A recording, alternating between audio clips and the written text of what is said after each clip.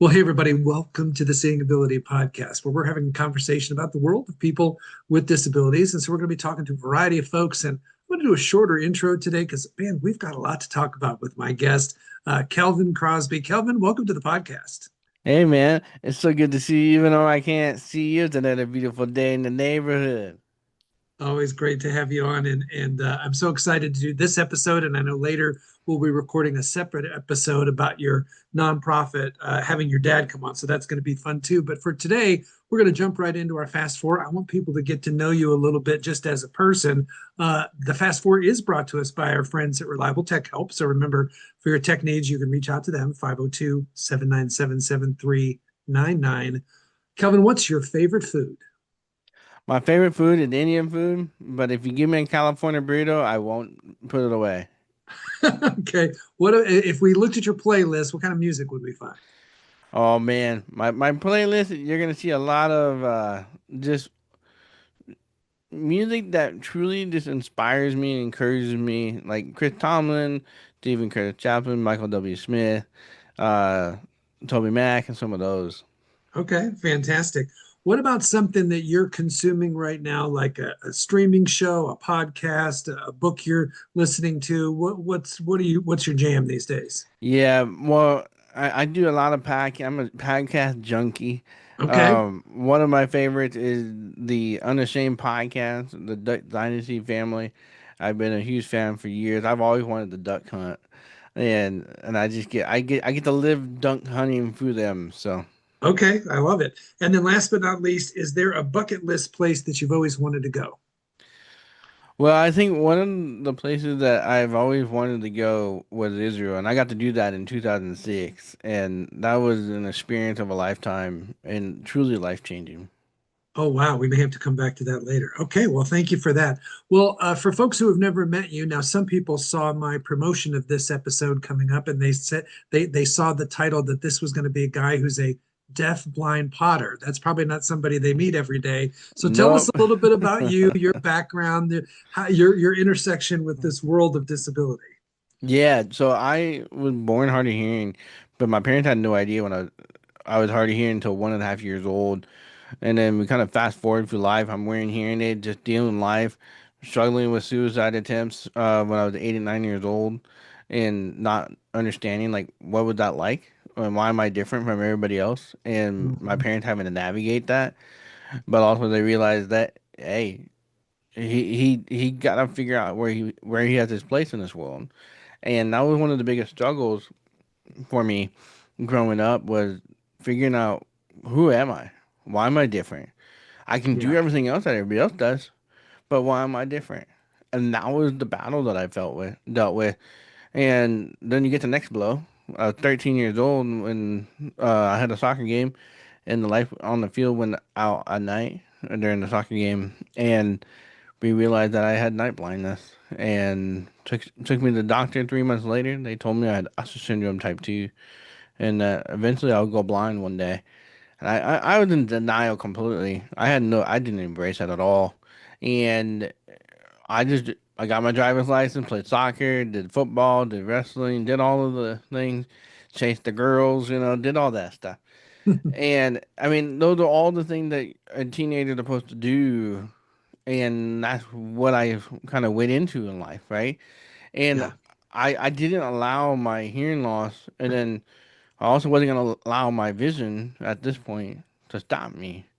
But it Mm. just smacked me in the face when I was 19, though. Yeah. And when I was 19, they said I I I had a severe accident happen with my vision where it had deteriorated so bad I couldn't see chairs anymore. And somebody left a chair out. I fell over it, hit the floor, and I just started crying. I mean, and I realized, what am I gonna do with this? Why? Right. And Yeah. you start asking the question, what is the point of living at this point? Sure. Because if you can't see and you can't hear, then what's the point? Mm. Like, yeah, my family loves me. Yeah, everybody loves, like, they think I'm inspiring. But what do I really have to offer to this world? I don't want Wow. to be a vegetable. I don't want to sit around and do nothing. I want to do something.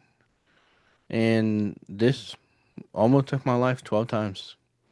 Mm. And that specific question is where I found myself struggling with the understanding, is it really worth me fighting for my life, my vision loss, Yeah. my my hearing loss?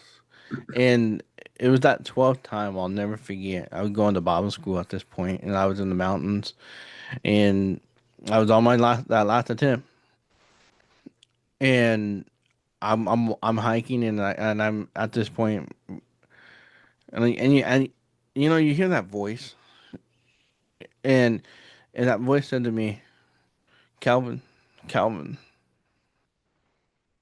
don't do that. Stop this. I got a plan for you. I got a plan for you to keep moving forward with your deaf blindness. Yeah, will it be easy? No. But you'll find joy. You'll persevere. And you'll build a character that has hope.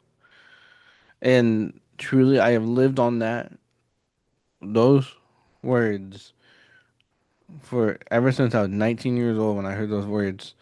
And it truly has transformed my life.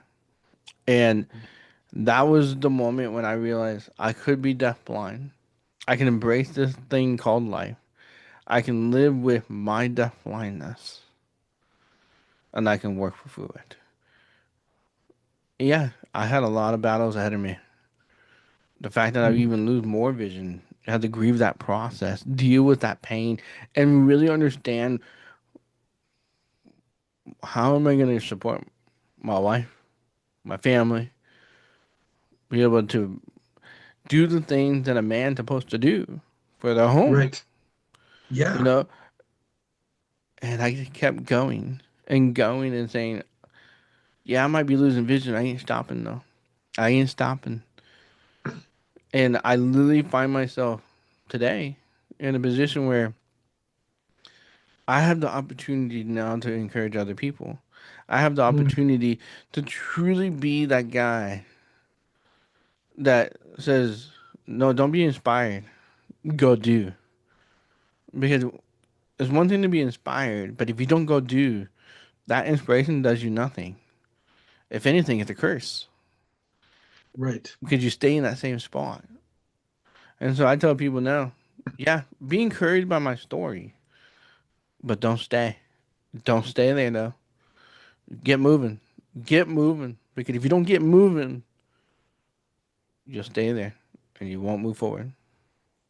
I love it. There's so much to unpack there. So I want to go back and because you like unlike a lot of people, you kind of have those two seminal incidents, right? When you were Yeah. young and the hearing loss, and then later you said that 19-year old, the teenage experience and the pivotal point at 19. But let's go back to your childhood because I think there's some things in there that you, just being you, ran through real fast, but I want to slow down because you were a kid with a lot of hearing challenges, but you Yep. still flourished. You said, I think I chased the girls, I played sports, I Hmm. did all those things. And a lot of people would think, wow, that's pretty impressive. How did you must have had a you and your parents, and maybe this is a question about what do you think they gave you in those early years, like we're Hmm. talking 4 through 16, that helped you not see limits and helped you be an athlete and helped you Yeah. chase the girls and do all those things, despite being a person with a lot of hearing challenges. Yeah. I mean, one of the biggest things that my parents did is they allowed me to take risks. Mm, And because they allowed me to take risks, I started doing things that are risky, you know? And right. I mean, I'll never forget. Like, I love a good collision. I mean, I love a good fight. I love a good 1-on-1 on the soccer field. Like, even though I don't do that stuff today, I still dream about it. I Right. still think about it. I'm like, oh yeah, that was so much fun. Oh, that was so good. It I drive off of that. And Yeah. yeah, and that's where it's like, even today, I think about, like, I run in the poles all the time. I say I'm one of the best pole dancers in the world because I pole dance at least 3 times a day. I mean, that's just my life. And I say, have you ever had a lap dance by a fire hydrant? It's sure quite the experience. And because they just pop out of the middle of nowhere and it shocks your system. And and I just say it, but it truly, when I say it, but because I make fun with it, I then, when the situation come, it just comes and hits me, and I'm like, all right, let's just keep on moving, you know, because I mean that is what life is, right? We find the battles of life, and a lot of these battles that we have in life, we could just hit it, move forward. We Yeah. don't have to stay and continue to drag out the battle. And and I really feel like that's what my parents demonstrated for me, is that anytime there was a diagnosis, anytime there was a change, anytime there was a issue, we just took it, dealt with it, and then moved forward. Yeah, We never, I think it's the embodiment of that can-do attitude that you didn't let the challenges, and it's not to downplay that they weren't huge, but you didn't let yeah, them stop you. You said, I'm going to have to figure out a different route to go and a different way to get there, but it doesn't mean. And the other thing you said, you refer to it as risk, but I guess I would even use the metaphor of like learning how to fall down but get back up. mm-hmm, Like metaphorically, literally and figuratively, part of life is we grow when we stretch, right? If we just yep, stay in the yep, comfort zone, we don't grow. And I think for a lot of parents who have kids who are facing disabilities, and whether it's cognitive, whether it's physical, they might be tempted to step in and kind of overprotect. We want to create a world where we minimize the pain that our kid is going through. It sounds like your parents said, hey, we need him to learn how to handle the ups and downs of life. yeah, yeah, and that truly is, and it truly is something that my parents really demonstrated for me. I mean, I think about my reading challenges, my hearing, my speaking challenges, and so forth. Yeah, they put me in systems to be able to, in programs to be able to be successful. But ultimately, it was me. But they were saying, Kelvin, if you don't want to do this, you don't have to do it. But you need to do something that will help you move forward. And that was, I'll never forget, my junior year of high school. My reading was still a struggle. My writing was still a struggle. My Mm-hmm. everything was still a struggle at that point in my life. And in regards to my education, and I said, Mom, Dad, can you put me into this reading program? I know I did it before, and I didn't want to do it, but now I'm getting older, and I want to be successful. They put the money down, and they put me in that program, and it did a pretty good job. It got me pretty far. I still had quite a bit of ways to go. By the time I finished that program and finished high school, and I realized at that point I could just keep going. Mm. And my parents said, just keep going. Like, go to Bible school, go do the reading, go do all that stuff. Like, go do it. And that truly was the the true, what would be the word? The true kind of catalyst that really pushed me forward. And then when I would get become deafblind, or get my my legal blindness diagnosis, I had to deal with a life identity issue, not necessarily a drive. Mm-hmm. And that was the thing, was I already had the drive, but I had to figure out, how do I use that drive to actually give me purpose for life? And I Yeah. didn't know at that point. And so, When you talk to parents who have kids with disabilities, it's not uncommn for them to share a list of things they were told by mhm. someone, a doctor, or someone. Oh, your kid will never do this. They'll never do that. They'll never do this. When I hear your story, I get the sense that both you, and one of the gifts of your journey for both you and your parents was I don't hear a lot of limits of what you thought was possible for yourself. No, I mean, I can drive. I just can't see. I mean, I don't know why they take a driver's license away when you go blind. I still don't understand that one. Because I can push the gas pedal. I can turn in the first gear, third gear, fourth gear. You know, I mean, all that stuff I'm capable of doing. It's just a matter of how do you adapt, right? Yeah, Obviously, we haven't really adapted the whole world for driving for blind people, but right. I mean, I'm using that as that's an extreme analogy. Sure. But if we look at the things that I've had to do to adapt so that I can be competitive, I can be in the workplace, I can do things and actually do it better than the side of the world. And Right. all that comes from, all right, if I want to do that, then I'm going to have to work on myself first.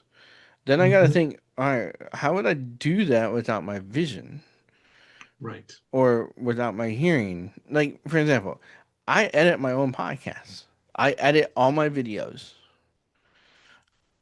The thing people say, well, you can't hear and you can't see. Yeah, I can't. But I know what tunes I need to be in. I've talked to people that know my voice. They know what to do, and then I say, then what is that in my settings? I know my settings to be dialed in, and I take go. That's it, and then you put it out to the world. See, you never knew that a blind guy made that because I already did the back end work to make sure that I can get you the best product, the best Absolutely. content, the best opportunity so you're not distracted by my blindness being in the way. And Speaking of which, you said you were a podcast junkie. You've got your own podcast. Tell our oh, folks the name of oh it. yeah, so I got my personal podcast, which is Perseverance Podcast, and which is basically taking Romans 5:34, which is the passage of the Bible, and it says, "Rejoice in your suffering, persevere with that perseverance, knowing that it builds your character, has hope in Christ." And I take that, and I find people that have pretty dramatic struggles in life. For example, I had one of the most famous Chippendale strippers come on to my podcast, and he comes on and tells his whole story. Tr- I mean, that guy has had trauma after trauma after trauma. Hmm. But then you hear his story and how he had hope. And at the end, after trying to take his life away, he goes,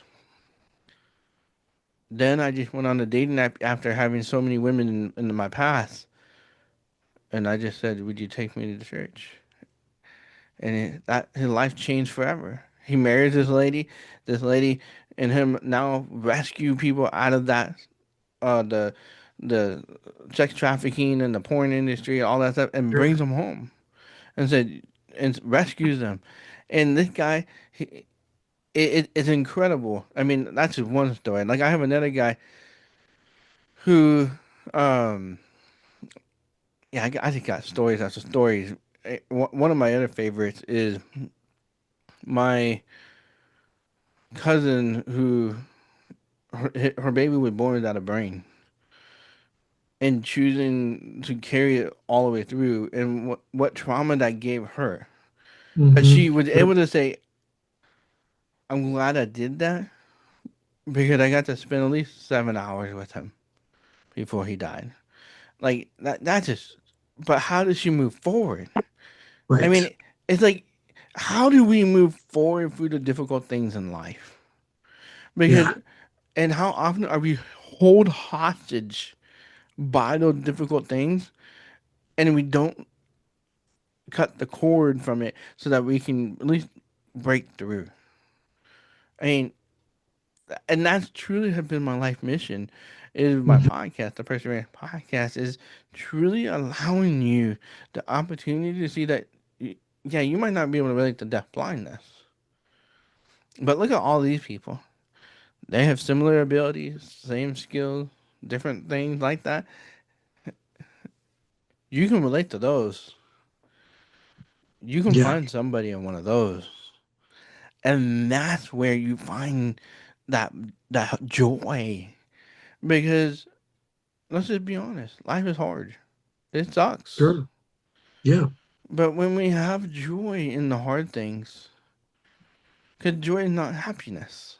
Happiness is only a moment in life. Joy is a lifetime. It's something that you practice day in and day out.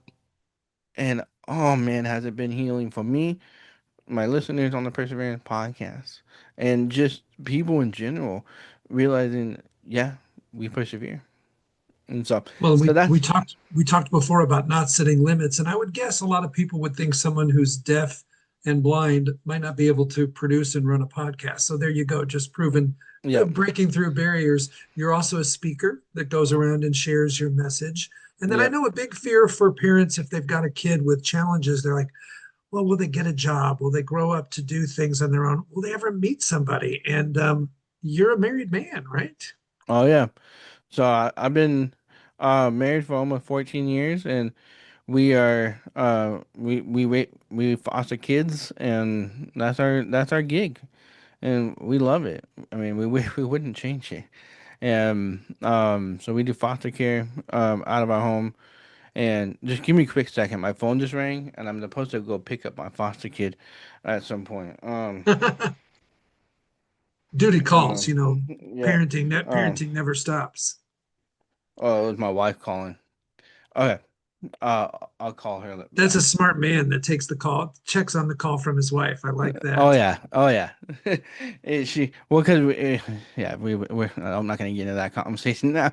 Okay, I so want to segue to the entrepreneurial part of your life, but first I want to take just a real quick break.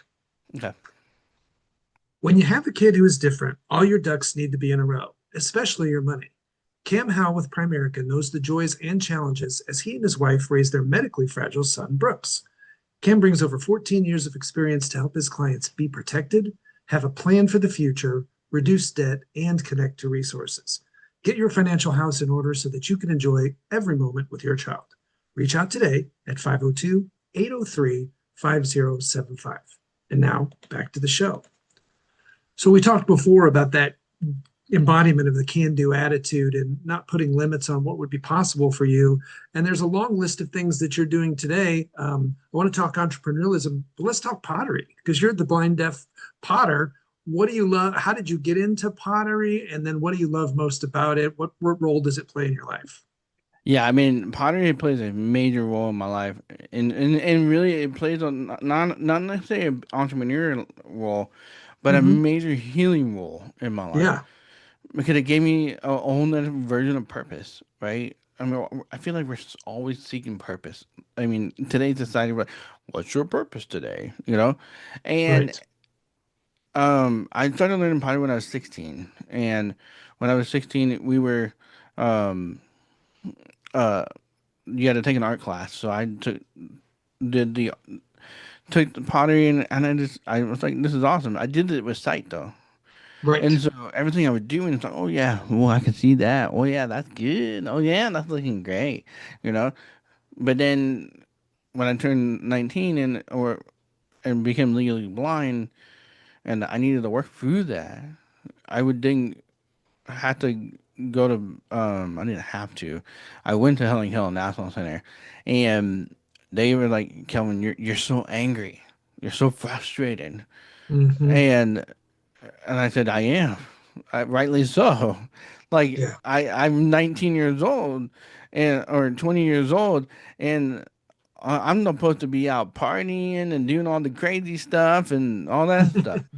No, my eyeballs don't work. It's like, come on, people. And um, but they said, Calvin, we want you to get on the potting wheel. I'm like, no, that's a sighted thing to do. I can't do that with my eyesight. No, no, no, Calvin, just do it. I said, all right. So I get on the wheel and I started throwing, and I couldn't do it. I couldn't do it. And then eventually, I got mad one day and I just threw the clay off the wheel and I said, I'm done. I'm just done. And then they brought that clay back, gave me a new ball, and I said, "Now try again." That try again is what started the healing process. Mm. I still remember it from today, like even today, even though that was almost 20 years ago. And they said try again, and I took that and I started making a piece. That was literally 2008, and I've been doing pottery ever since. And I went under the name for a long time, uh, the Blind Kelvin Pottery. Um, and as I started really getting involved in deaf blind community and different things like that, and all of that, and I realized, that's not blind is not who I am. I'm deafblind, Mhm. and at this point, in 2020 is when deafblind pottery became a thing. And prior to that, I was working on my other company called See Me Cane, and we'll get into that in a second. But I was struggling financially. I needed to do something to be able to come out of the hole, and Yeah. and I like my friends were like, "Well, can we take your pottery wheel and you can come over once a month?" I said, "Sure, let's do it." Went over, we put it on TikTok. Overnight, I hit over 10,000 followers and over 100,000 views, really in less than 10 hours. Mm. And from that moment on, I became the deafblind potter, and I essentially started sharing this message that go live beyond your challenges. And that's why in everything that I do, I'm always saying go live beyond your challenges. Yeah. Because if you don't, you're gonna stay there, and it's gonna hurt, and you're gonna continue to feel that hurt, and it's gonna get harder and harder and harder. Mm. But if you go live your life out and take the challenge and go beyond it, that pain, that struggle, it will literally break through. You'll break through it. And I love using the clay as my analogy and telling people you are being shaped for a purpose. Mm. And I love being able to make the clay collapse and be like, yeah, you might have took your own way, but watch. A good potter will reshape you. Just Mm. no, your mistakes might have caused you to be a little twisted, might be a little off center, but hey, you still become a beautiful piece. Right. And I love using that analogy over and over and over again because I have found that's truly my life. I Yeah. mean, truly what has helped me get through the struggles of every day. It truly has helped me really work through the barriers in my life. And man, we can get down into the weeds on this one, but we'll go into that. My other company, See Me Yeah, I was Cane. gonna say because I'm keeping a list here. You're a husband, you're a podcast host, you're an artist, you're a speaker, but there's that entrepreneurial piece. Talk to us about the See Me King. Where did that Yeah, idea come from, and what's that product all about? yeah. I mean, it really came out of the idea that I've been hit by a car 3 times. I mean, I've Mm. been very, very fortunate. It wasn't extremely impactful, but it really came to fruition when my friend got severely hit. She was visually impaired, and it really lit a fire in me to get this thing off the ground. And then after I went and tested the product, the first prototype, I really started realizing this is a problem that blind people need to stop getting hit by cars. And one of the biggest things, everything, if you think about it, your eyes are your defensive walking tool, right? If you can see, Right. Yeah. your cane is not a defensive walking tool. Your cane is your guide.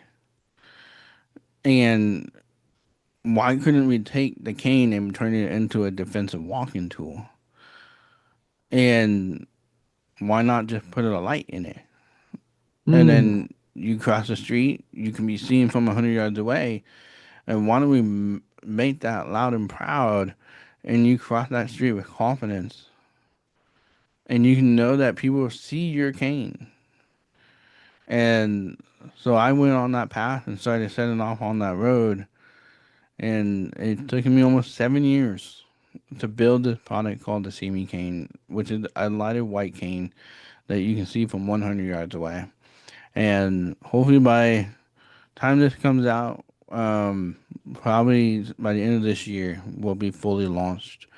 And I'm excited. I'm excited to see where it goes and how many Yeah, lives it will save. So, absolutely. So it's kind of a smaller version of if you think about the lighthouse that for the ships, yep, knowing where to go, and then exactly. or you think about the planes flying and there's lights that help them guide. But like you said, if you're a cane, you have a cane and you're blind and you're crossing the street, you're assuming the people see that and that they're gonna see you. But the light, the lit cane or the see me cane is the whole idea. It's kind of that beacon to say, hey, I'm here. Please pay attention to it. It's really Exactly. for the sighted person to notice Hmm. that you're there, because it sounds like Exactly. it's probably more common than we realize that blind people get hit. Oh yeah. I mean, it's estimated that 1 out of 3 blind people will have that experience at least once in their life. And I would make the argument if you got really good data and you did a bunch of research, it's 1 out of 2. Wow. And I have a feeling it's gonna grow even faster with. And it's already grown in numbers since electric cars come out because you can't hear them.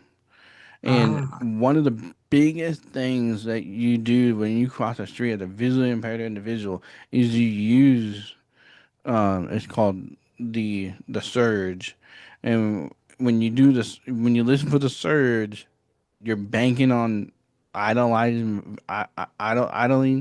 vehicles and the rush of the sound of a car. yeah, Well, if you take an electric car, that rush of an electric car isn't there. right. You better hope those tires are well um you got well treaded tires to make enough noise on the road. Yeah, If not, you're not gonna hear anything. yeah. That's probably And something most people never stop to think about is the yep, difference with electric cars. exactly. Wow. Well, that's exciting. I can't wait to see. Now, you've mentioned a lot of different things. People want to know more about you. You've got a bunch of, where's the easiest place to find out more about you? Yeah, if you want to do a slam dunk spot, just go to kelvincrosby.com. That'll get you everywhere you want to go. All the links are there. You got See Me Cane Perseverance Podcast, Deaf Blind Potter, and even if you want to schedule me to come with my Potter wheel to your event, you can even do all that stuff there. KelvinCrosby.com is your slam dunk. If you want to place a pre-order of your See Me Cane, you go to seemecane.com. And then if you want to buy pottery, you go to deafblindpotter.com for the pottery. Gotcha. And And I know we're going to be doing a future episode about your nonprofit, but give us a preview of that.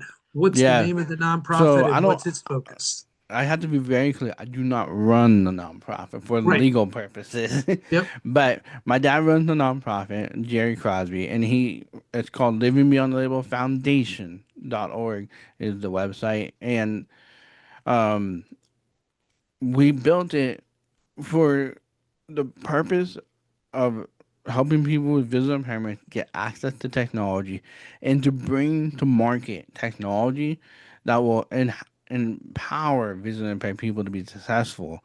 And the one that's really dear to near to my heart is to train up visually impaired people to be competitive in the workplace and build out businesses and companies and structures that allow visually impaired people to be successful for employment opportunities. Well, So, there you heard it, guys. A little teaser for episode 60 coming up with Kelvin coming back with his dad, Jerry, talking about the foundation. So, Kelvin, give us your website one more time. yeah, so my website is Kelvin Crosby, like the temperature. There's no negative in degree Kelvin, so get your negativity out of here. I like it. So, just kelvincrosby.com. Yep, And that'll take you to all your different socials and all the exactly. different things. Yeah. Well, one thing I want to kind of wrap up with is if we had a parent listening, but they wanted to share this episode with their kid, their young person who has a Hmm. disability, and you could give advice to young people who are struggling with that different path, and Hmm. you mentioned several times your own personal battles, what would your advice be to those kids? Do you ever dream of freedom? You ever dream of that opportunity to say, I want to do that?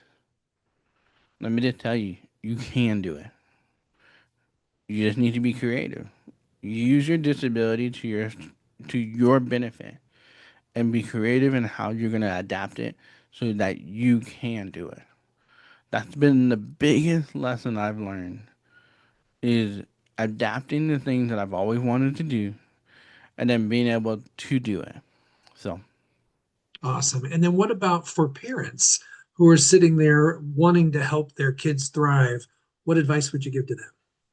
let them fall, let them get hurt, but teach them that what you're experiencing is going to make you stronger. Teach them the ways of hope.